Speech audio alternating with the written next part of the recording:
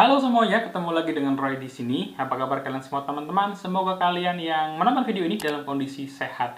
Di video kali ini saya mau membahas dan menganalisa saham HMSP alias HM Sampurna, salah satu produsen rokok terbesar di Indonesia, yang juga memberikan pendapatan cukai besar untuk negara kita ini. Sebelum nonton videonya, kalian subscribe dulu dan tekan loncengnya supaya nggak ketinggalan. Oke, mari kita mulai.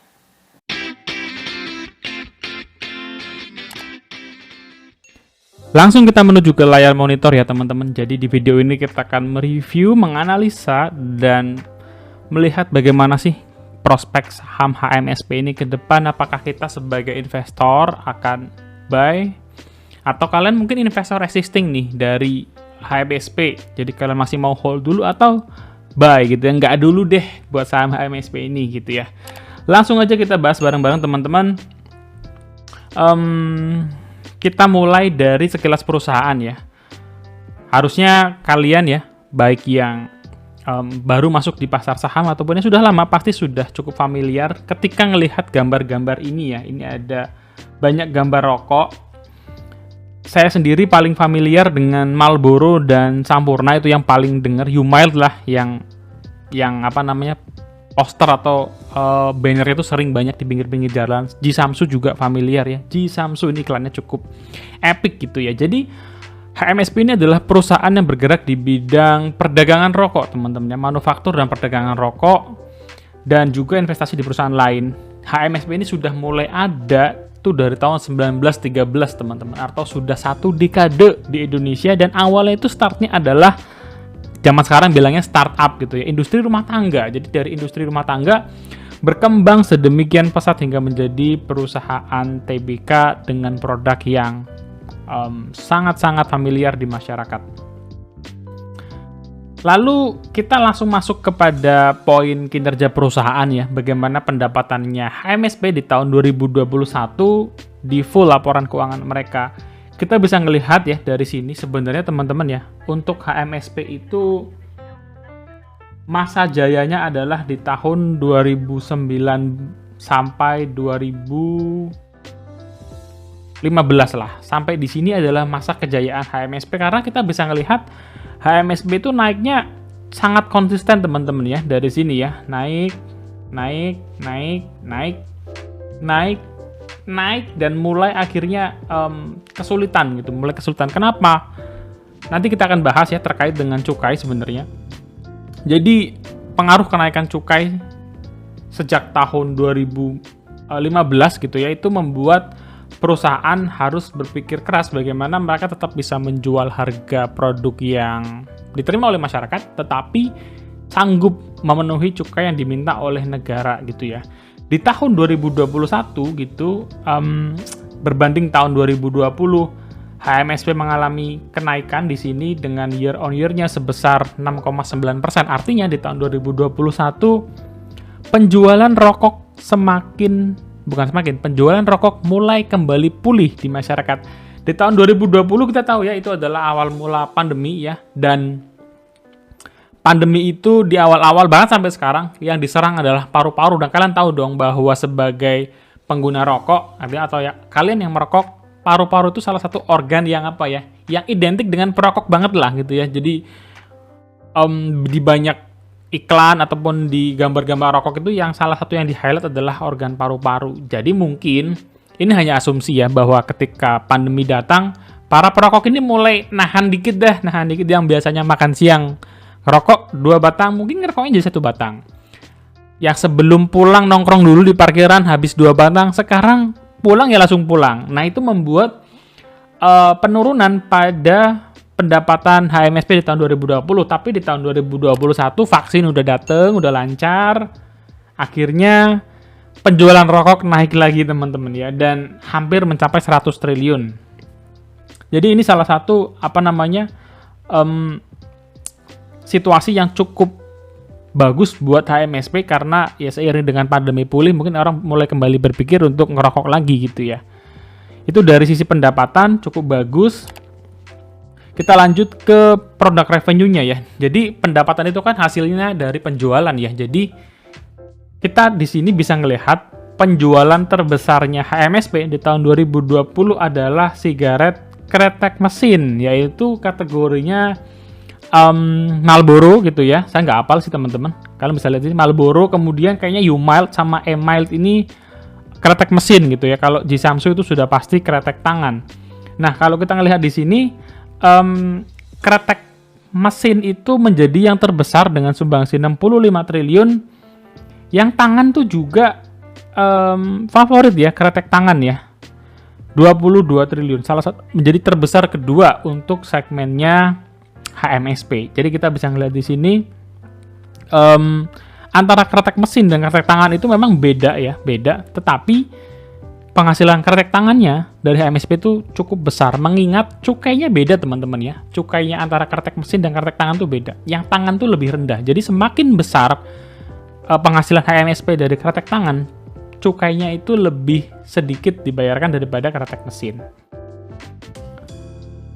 Nah, untuk secara laba, jadi kita sudah tahu penjualannya meningkat ya, pendapatannya meningkat, kita sudah tahu produk mana yang menjadi top produknya HMSP, tetapi pada akhirnya labanya di tahun 2021 itu menurun teman-teman ya, menurun dengan penurunan year on year dari tahun 2020 sebanyak 16%, minus 16%. Ini penurunan yang sangat signifikan buat HMSP tentunya. Kalau kita ngelihat ya, pendapatannya HMSP itu mirip-mirip dengan tahun 2010 teman-teman, alias 12 tahun yang lalu. Jadi pendapatan HMSP ini meroket sampai tertingginya mencapai 13 triliun dan sekarang itu turun hanya berkisar di sekitar 7 triliunan teman-teman. Jadi labanya HMSP ini banyak tergerus memang dari mulai 2019 hingga 2021. Kalau kalian perhatikan di tahun 2020 awal itu terjadi kenaikan cukai rokok sebesar 23% kalau nggak salah. Jadi itu kenaikan cukai yang sangat-sangat besar dan akhirnya menggerogoti laba HMSP. Lanjut. Nah, ini dia teman-teman, kenaikan cukai ya, yang di tiap tahun selalu naik, terlebih karena Menteri Keuangan terus berusaha mendapatkan kenaikan pendapatan dari cukai sambil juga berusaha menekan banyak orang untuk stop merokok mungkin ya. Kita bisa melihat bahwa di tahun 2020 ya, tagihan cukai ya yang masuk dan kemudian dibayarkan, atau kita bisa gampangnya yang dibayarkan oleh HMSP cukainya itu 58 triliun di tahun 2020 dan di tahun 2021 menjadi 64 triliun. Jadi ini kenaikan pembayaran cukainya itu sudah besar banget teman-teman. 64 triliunnya itu adalah cukai. Dan tentu saja ini balik tadi ke yang tadi ya, bahwa labanya itu menurun karena harga jualnya di masyarakat itu tidak naik signifikan, tapi cukainya sudah naik signifikan gitu ya. Dan ini memang cukup banyak dikeluhkan oleh para pengusaha, para pekerja rokok. Kenapa? Karena kalau cukainya naik terus, otomatis perusahaan akan efisiensi segala macam dan mereka takut akan berimpact kepada PHK dan lain-lain. Karena industri rokok itu, terutama yang tangan ya, itu tergolong industri yang padat karya teman-teman, karyawannya banyak. Sekarang kita masuk ke aset, di mana kalau kita ngomongin total asetnya di tahun 2021 itu mereka berhasil naik lagi, dan kalau kita ngelihat asetnya HMSP ini konsisten naik ya, which is cukup bagus tentunya buat perusahaan. Dan di tahun 2021 ini year on year mereka asetnya tumbuh 6,8%. Yuk, kita masuk ke masalah hutang nih ya. HMSP itu adalah perusahaan yang saat ini posisinya nyaris tidak ada hutang gitu, nyaris nggak ada hutang. Jadi kalau kalian melihatnya dibandingkan dengan equity, DER gitu ya, debt to equity ratio, maka utangnya mereka tuh hanya 0,01. Kayak apa ya, kayak nggak niat ngutang, cuman nggak enak deh kalau ini perusahaan segede ini masa nggak ada utang sih. Udah minjem dikit supaya ada utangnya nih, daripada pas di audit 0 gitu kan, kayak nggak enak kan. Jadi ya udahlah kita ngutang dikit lah, buat apa sih ya, buat formalitas kali ya utangnya si HMSP ini. Jadi mereka tuh punya utang besar tuh hanya dari 2012 ke 2014 di sini ya. Selebihnya mereka utangnya sangat-sangat kecil gitu ya. So, ini indikasi yang bagus banget buat suatu perusahaan sebetulnya. Lanjut adalah valuasi. Nah, kalau kita ngomongin investasi, kita sebagai investor, tentu kita mau lihat bagaimana sih sebenarnya valuasi atau harga dari si HMSP ini udah murah belum sih untuk kita entry, untuk kita bisa masuk, untuk beli sahamnya diinvestasikan, ataukah memang kita masih bisa lebih murah lagi gitu ya. Nah, IPS-nya dari HMSP itu adalah Rp61. Dengan harga sekarang itu di angka 920 teman-teman, ini harganya ya. Di sini ada nggak ya harga HMSP itu kayak kalau nggak salah tutupnya itu per Jumat kemarin itu 920. 900, saya coba buatin 900, jelek-jelek nggak apa-apa ya. 920 perak. Ini adalah 3 kali PBV-nya. 3,6 kali, jadi kurang lebih PBV-nya dia ya kita bisa asumsikan di 270, 280, dan sekarang di 3,6 kali PBV-nya. Perusahaan ini juga secara valuasi ya, pernya itu masih 14,83 kali. Nah, kalau kita ngelihat memang IPS-nya HMSP itu turun lumayan teman-teman. Dari tadinya bermain di angka 100-an, sekarang 60-an gitu. Jadi, HMSP punya PR untuk meningkatkan IPS-nya dia. Paling nggak balik ke angka 100-an deh.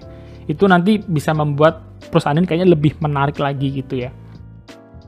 Kemudian kalau kita ngelihat pergerakan harga HMSP ya, dalam 1 tahun itu sudah turun minus 3,43% ya. Kalau dibandingkan 5 tahun, turunnya lebih tajam lagi teman-teman, 77%.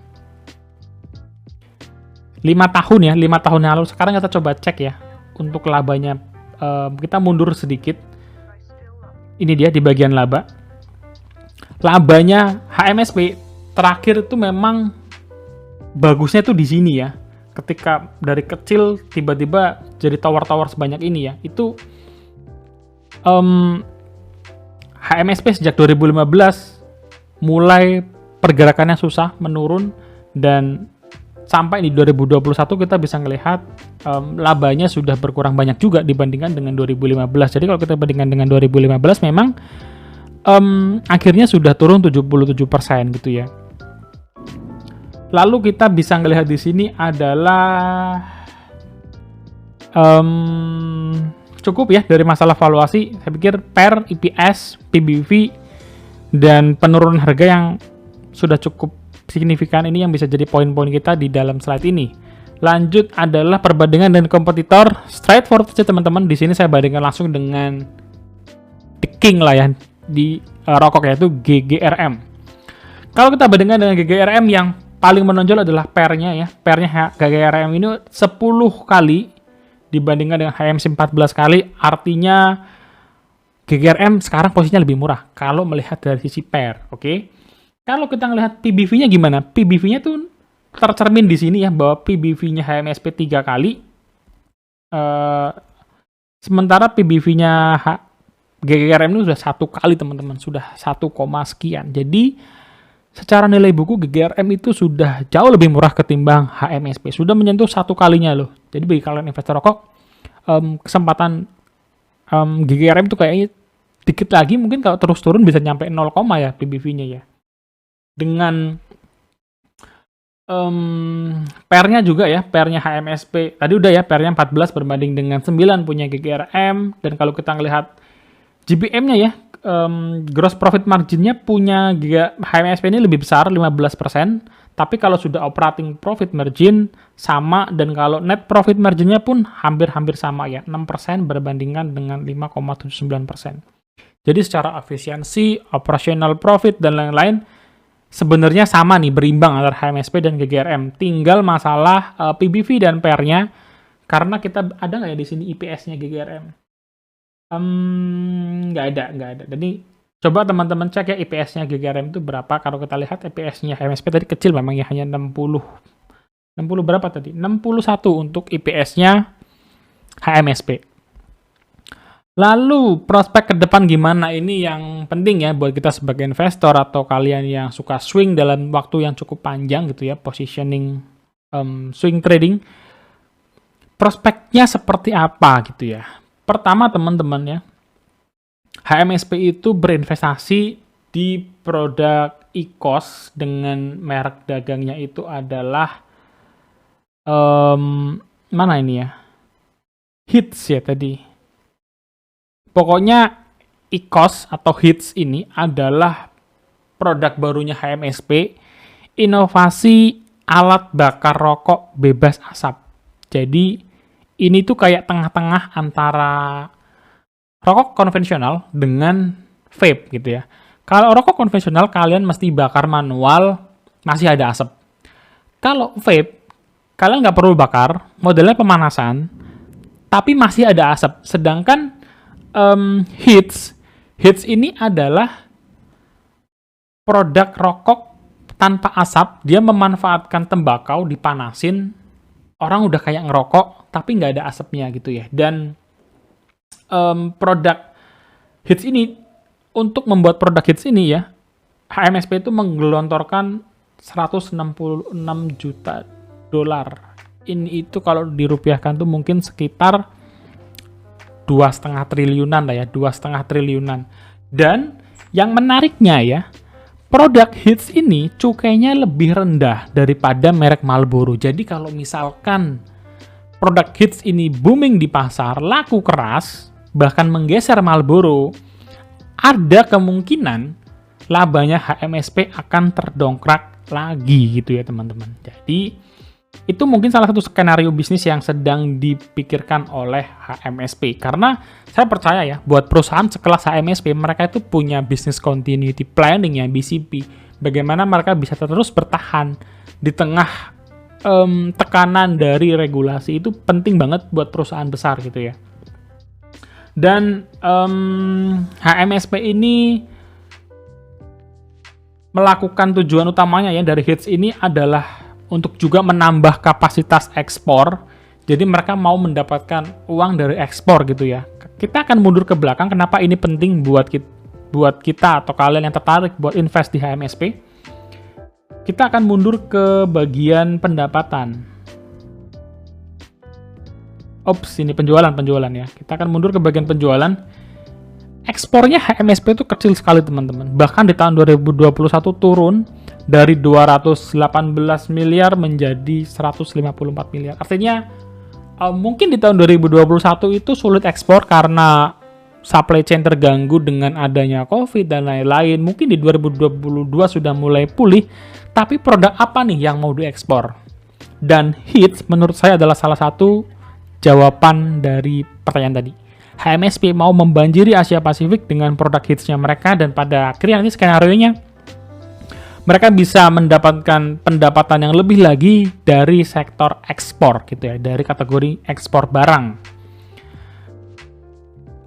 Lalu pertimbangan selanjutnya adalah love and hate relationship antara HMSP ataupun antara perusahaan rokok pada umumnya dengan regulasi atau dengan pemerintah.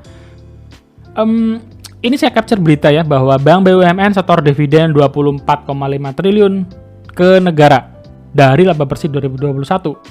Kalian coba cari ya beritanya, target penerimaan negara dari cukai itu di tahun 2022 itu sampai 240-an triliun. Naik terus teman-teman. Jadi, oke, pemerintah berusaha menekan perokok gitu ya, terutama perokok di kalangan yang belum produktif kali ya, kayak anak-anak SMP, SMA, kuliah yang masih minta orang tua misalnya. Oke, itu bagus buat ditekan. Dan mereka tahu itu bahwa mereka ingin, negara maksudnya itu ingin mengurangi populasi orang yang merokok karena kesehatannya tentu saja jadi pertimbangan gitu ya. Tapi di sisi lain, HMSP saja menyetorkan cukai sebesar 65 triliun ke negara. Jadi, pemerintah mau coba membatasi growth-nya perusahaan rokok, tapi di sisi lain mereka ngasih feedback gede banget buat negara. Dibilang gede banget tentu saja bukan salah satu yang terbesar gitu ya, tapi mereka ngasih kontribusi yang besar, negara bisa bisa ada penghasilan dari sana. Bukan penghasilan ya, bisa ada penerimaan kali ya dari cukai rokok, bisa dimanfaatkan untuk kontribusi ke BPJS, bangunan jalan dan lain-lain. Jadi ya satu sisi mereka ingin menekan, tapi satu sisi mereka mendapatkan keuntungan juga. Kesimpulannya bagaimana? Oke, sebagai penutup video ini, halaman kesimpulan, saya melihat tantangan terbesarnya dari industri rokok, HMSP juga di dalamnya sebagai salah satu pelaku industri rokok adalah regulasi, teman-teman.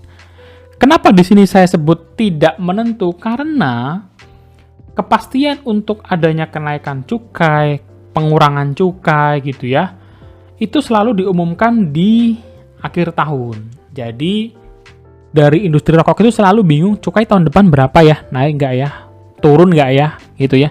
Itu nggak ada kepastian, selalu dibahas tahun per tahun, melihat situasi dan kondisi di tahun itu, gitu ya. Tetapi ya, perusahaan rokok baik HMSP, GGRM itu masih merupakan perusahaan yang menguntungkan, teman-teman. Kalau kalian perhatikan ya, kita mundur ke sini deh ya, ke masalah laba ya. Labanya memang menurun, teman-teman, dari 13,5 triliun menjadi 7 triliun. Tapi ini perusahaan masih untung loh. Dari banyaknya regulasi yang mereka terima, kenaikan cukai yang menekan perusahaan rokok sehingga mereka sulit growth, mereka masih untung 7 triliun dan mereka membagikan dividennya tetap secara rutin kepada para investornya. Dan menurut saya ditambah lagi dengan inovasi berkelanjutan ya, kalau kalian perkembangan beritanya kalian ikutin ya, HMSP invest di berinvestasi di Hits ya untuk produk rokok baru, GGRM juga ikut dengan jalan tol dan lain-lain.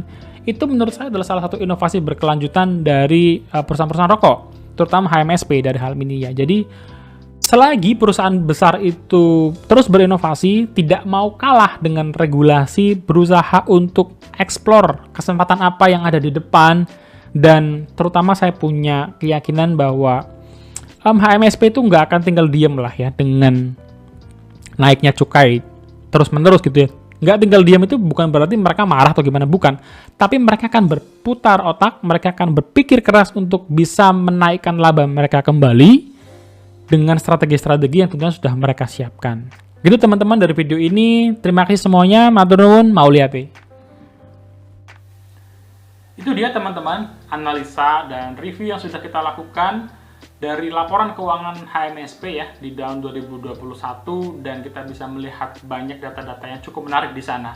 Video ini bukanlah ajakan jual beli, hanya bertujuan untuk memberikan referensi dan wawasan buat teman-teman semuanya. Lakukan analisa kalian sendiri sebelum memutuskan jual beli di bursa saham. Oke, sampai ketemu di next video guys. Kalau kalian suka, jangan lupa subscribe, lalu tekan like. Kita juga bisa diskusi bareng di kolom komentar dan share video ini ke teman-teman kalian supaya semakin banyak yang mengerti tentang investasi di bursa saham. Oke? Sampai ketemu di next video. God bless you guys. Bye-bye.